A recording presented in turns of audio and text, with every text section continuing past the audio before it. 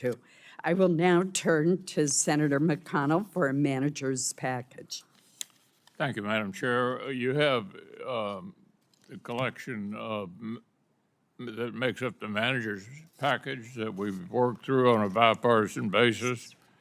This package has been negotiated and agreed to, as I indicated, by both sides. I ask that it be adopted by unanimous consent. Are there any objections? Without objection, the manager's package is agreed to. Are there members who wish to offer an amendment to the bill? Senator Shaheen. Thank you, Madam Chair. We are distributing the Shaheen amendment. I don't know if there's a number for this amendment, but it is just 2 lines, and it says, none of the funds appropriated or otherwise made available in this act or any other act shall be used to operate or modify a Boeing 747-8I transferred from Qatar. Since it was announced in May, I think many of us on this committee have been trying to determine the exact cost of retrofitting the Qatari royal family's gift of a Boeing 747 jumbo jet to President Trump. In addition to the security and ethical concerns with accepting a foreign gift of this nature, there are real issues around the cost of this retrofit that have not been explained, as well as whether once that is, how long it will take, and once that's done, whether in fact it will be as secure as Air Force One, which, as we know, is currently being completed by Boeing. It's been reported that the jet could cost up to $1 billion for necessary security controls, but we've not been able to get an accurate estimate from the Air Force, and they've continued to downplay the full cost. When I asked this of the Secretary of Defense at the hearing, he told us that that number was classified. But finally, during the Air Force Secretary's testimony to the Defense Subcommittee this year on the Air Force budget, he admitted for the first time that the funds to upgrade the Qatari plane were reprogrammed from the nuclear modernization budget, specifically from the Sentinel program. Now, it's been reported that this transfer was done through reprogramming authority that was granted to the Department of Defense in the continuing resolution, and that it could be at least $900 million. I understand, like others on the committee, that the Sentinel program is over budget, but I think it weakens our credibility to take funding from nuclear modernization and move it into a project that there are still serious unanswered concerns about how much money it's going to take, and whether it would, in the end, give us a plane that is going to be as secure as Air Force One. So that's why this amendment, I hope the members of this committee will consider it carefully, and I intend to vote for it. Thank you, Madam Chair. Chairman McConnell. Well, this jet was just delivered to the Department of Defense. Would need to have a classified briefing to understand any proposed modifications and the risk of not applying them. The aircraft timeline is such that it's not going to be modified with fiscal $26 in any event, making this a poison pill for political amendment better suited for the NDAA. Therefore, I would recommend a no vote. Are there other members who wish to speak? Senator Coons. Thank you, Madam Chair. If I might briefly, I want to thank Senator Shaheen for offering this valuable amendment to prevent the department from using nearly $1 billion in taxpayer funds to retrofit the Qatari Royal plane to serve as a temporary Air Force One. As she mentioned, it raises both security and ethical questions. And the White House took advantage of the lax standards of the FY25 continuing resolution to push through a vanity project. Funds for the department should be used for our nation's substantive defense, not a flashy object that boosts the president's ego. I urge my colleagues to vote yes. Senator Reid. Thank you, Madam Chairman. I, too, support Senator Shaheen's amendment. I believe Senator Murphy has an amendment on this topic, too. I was at the subcommittee hearing, and I asked the Secretary of Defense directly, can you tell us the top-line number for the reconfiguration of the aircraft and the delivery date? And he told us, no, it's classified. You know, that's ridiculous. If it's classified, I wouldn't classify it as secret. I'd classify it as embarrassing, because it will cost at least $1 billion, at least $1 billion. And it probably will take 1 or 2 years to complete this aircraft. And we all know where this is headed, to the President's library. A fully functional aircraft, which is going to be delivered to the President's library, which I presume he will use with the permission of the library, although the library will pay for it. This is completely, I think, unacceptable. It's never been done before by any president. To stop it now, I think, makes sense. Senator Murphy's suggestion, I think, is that at least it spends its useful life in the Department of the Air Force where it should. This is being transferred to the Air Force, but as soon as the president leaves office, a functionally useful aircraft is going to accompany him. The only precedent I think we have here is the aircraft at the Ronald Reagan Library in California, and that was completely stripped of its engines and everything else, so it could be a model, a display. That's not the intent, I think, of the president right now. He wants a free plane when he leaves. So I would very strongly urge that this amendment be passed, and if not, Senator Murphy's amendment be passed. Thank you. Madam Chair, Senator McConnell, then Senator Mullen. I just wanted to say to my good friend, Senator Reid, I'm proud of the fact that the NDAA passes every year, but this bill has to be signed,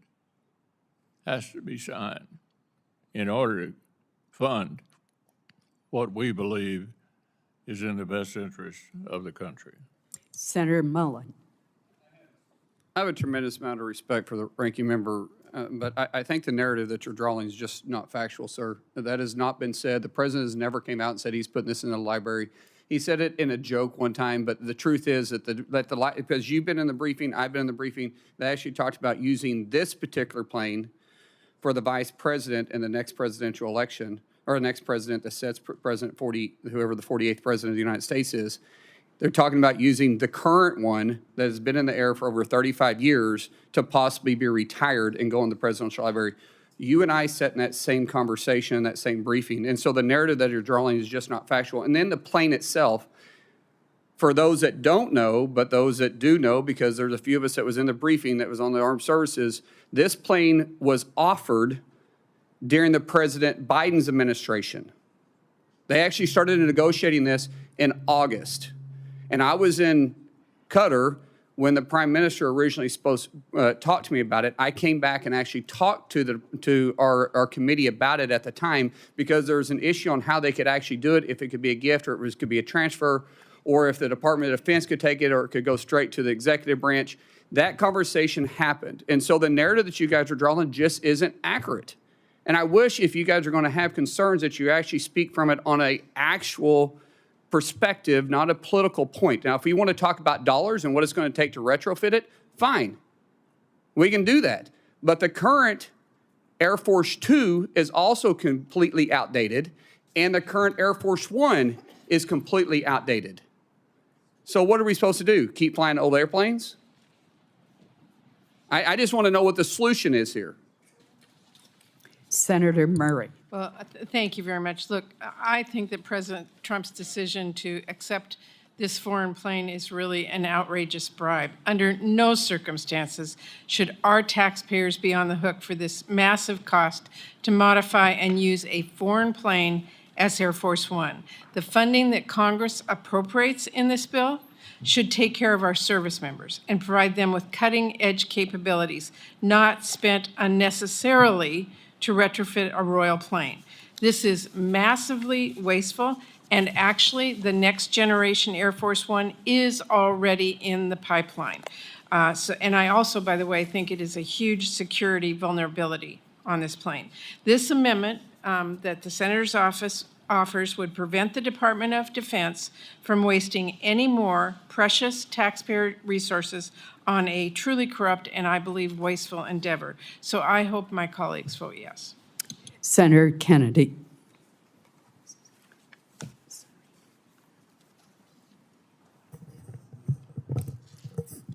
Thank you. Thank you, Madam Chair. I don't really have a dog in this hunt. I think, like Senator McConnell, we ought to be driven by the numbers. And in order to be driven by the numbers, you've got to have the numbers first. But I've sat here this morning, and I appreciate the bipartisan words.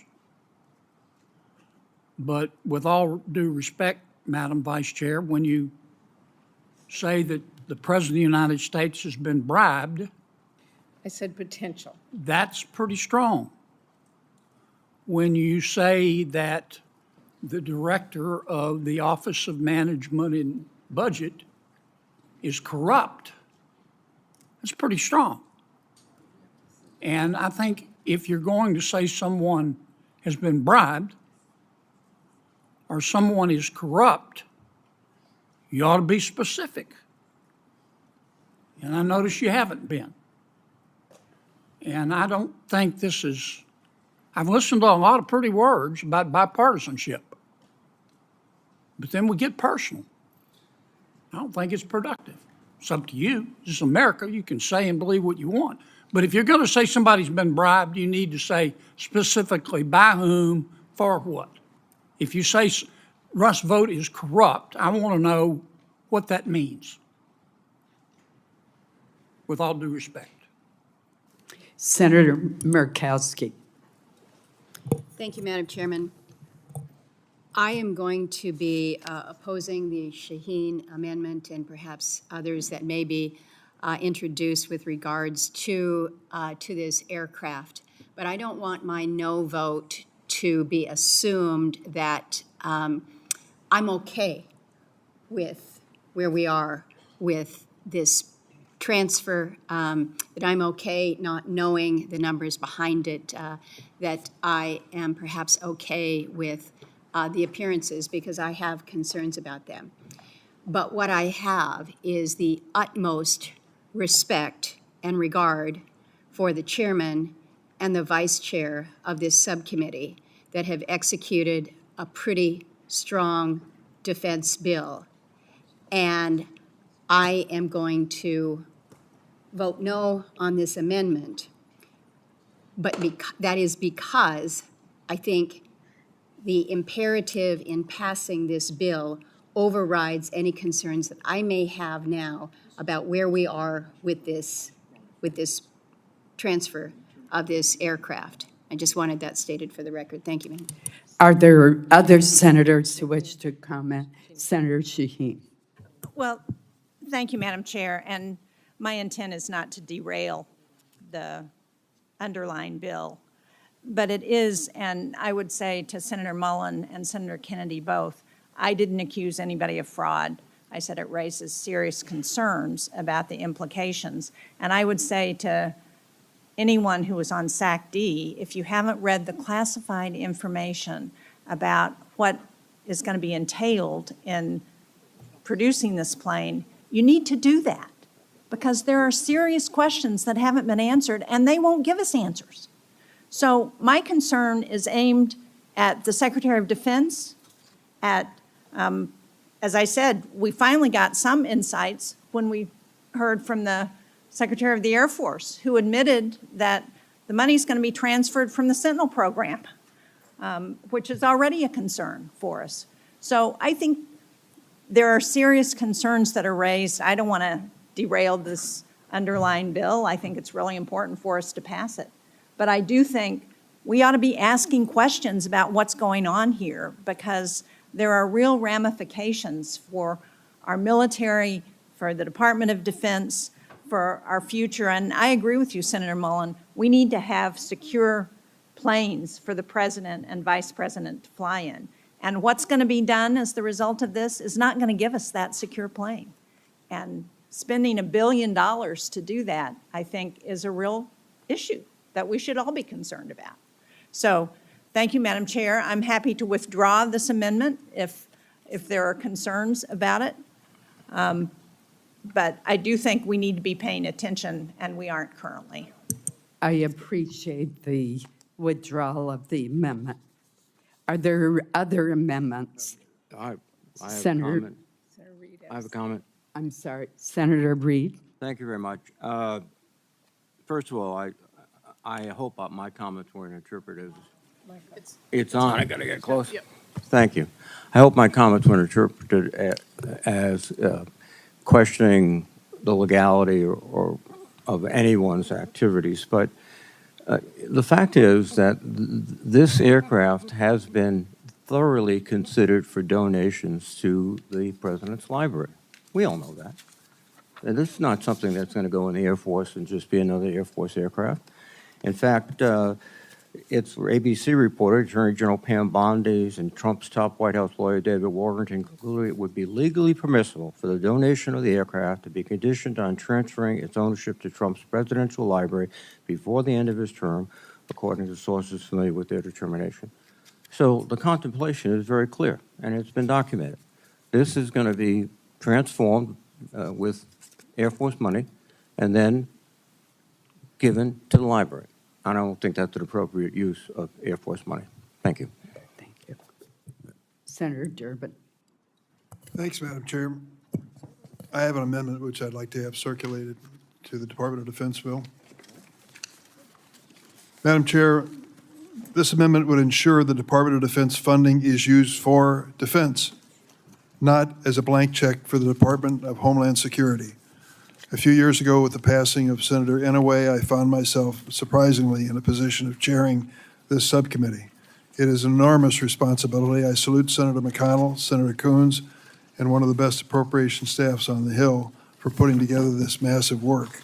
But what they've tried to do, and was explained by both the ranking member and the chair of the subcommittee, is to take limited resources and make sure they're spent well to keep America safe. What I'm addressing here is a practice which many members of the Senate may not be aware of. This amendment addresses the practice where the Department of Defense is called on to loan money to other departments, sometimes reimbursable, sometimes not. This bill would prohibit the Department of Defense from supporting DHS immigration enforcement on a non-reimbursable basis. In other words, if the Department of Homeland Security is going to spend the money for that purpose, let them do so. But if they're going to borrow it from the Department of Defense, pay it back. Immigration enforcement should be no different than other agencies. For example, when we have a natural disaster and the Stafford loan is activated, we have had instances in the past where the Department of Defense has provided the money to pay off for that natural disaster with the understanding they would be paid back, except in extraordinary circumstances. So it is done, but it's done on a reimbursable basis. So let's take a look at what's happened so far. So far this year, in the last few months, the Department of Homeland Security has borrowed $900 million from the Department of Defense not to be reimbursed. $900 million. The estimate is by the end of this year, it will be $2 billion. What does that mean? I'll give you an example. How are we going to house people who are being deported? You can house them through DHS facilities, or you can house them through the Department of Defense. The decision was made, let's do it at Guantanamo. How does that sound? Well, let's take a look at what that is costing as an example. For 180 individuals to be housed in Guantanamo for the Department of Homeland Security on a 3-month basis costs $40 million. How much is that per night? $72,000 a night for each one of the detainees because they chose to put them in Guantanamo in a DOD facility and incidentally not reimburse the Department of Defense for the expenditure to do this. What if they used the DHS facility to house these individuals? How much would that cost, Senator? Less than $3.2 million for the same group of $180 million. Instead of a $72,000 a night place for them to sleep in Guantanamo, it's merely $7,000 a night. The point I'm trying to make to you is this going to be an expensive undertaking, this notion of massive deportation. It's going to involve moving around a lot of money in a lot of ways. Reconciliation already addressed some part of this. All I'm saying is that if you're going to borrow the money from the Department of Defense to pay for this massive deportation, pay it back. This money has been appropriated for the defense of our nation. That's how it should be spent. Senator McConnell. Well, we've certainly had a lot of back and forth about the border over the years. Well, here's the factual situation. Unchecked migration at the southern border represents, we would all agree, a national security threat. The administration's policies, including DOD support to the border, have helped dramatically curtail the threat. As a practical matter, this is a poison pill amendment, but even more important than that, it's a hypocritical one. You may or may not remember that the Obama and Biden administrations used DOD assets to support border and immigration activities. In fact, during the previous administration, Democrats not only used DOD to assist DHS, but objected to efforts to get DHS to reimburse DOD. This is also a political debate masquerading as a budget debate. So I would ask my colleagues to reject the amendment. Are there further comments on the amendment? Senator Coons. Thank you, Madam Chair. Look, both parties support border enforcement and common sense immigration reform. DOD has been dragged, and service members have been dragged into a separate set of activities, like paying for migrant detention centers or flying deportation flights that have no law enforcement on board. DOD's diverted hundreds of millions of dollars away from training and service members by reallocating these funds. As the former chairman of the subcommittee said, DOD's diverted about $900 million that this committee had appropriated for troops, and they admit it'll be in the billions before we're done.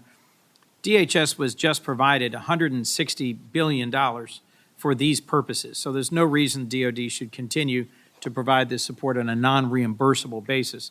There's lots of legitimate military needs we have to meet. I would encourage a yes vote on this amendment. Are there other senators who wish to be recognized on this amendment? If not, the clerk will call the roll. Senator McConnell. No. Senator Murkowski. No. Senator Graham. No by proxy. Senator Moran. No. Senator Hoeven. Nope. Senator Bozeman. No. Senator Capito. No. Senator Kennedy. No. Senator Hyde-Smith. No. Senator Hagerty. No by proxy. Senator Britt. No. Senator Mullen. No. Senator Fisher. No. Senator Rounds. Senator Murray. Aye. Senator Durbin. Aye. Senator Reed. Aye. Senator Shaheen. Aye. Senator Merkley. Aye. Senator Coons. Aye. Senator Schatz. Aye by proxy. Senator Baldwin. Aye. Senator Murphy. Aye. Senator Van Hollen. Senator Heinrich. Senator Peters. Aye. Senator Gillibrand. Senator Ossoff. Chair Collins. No. No.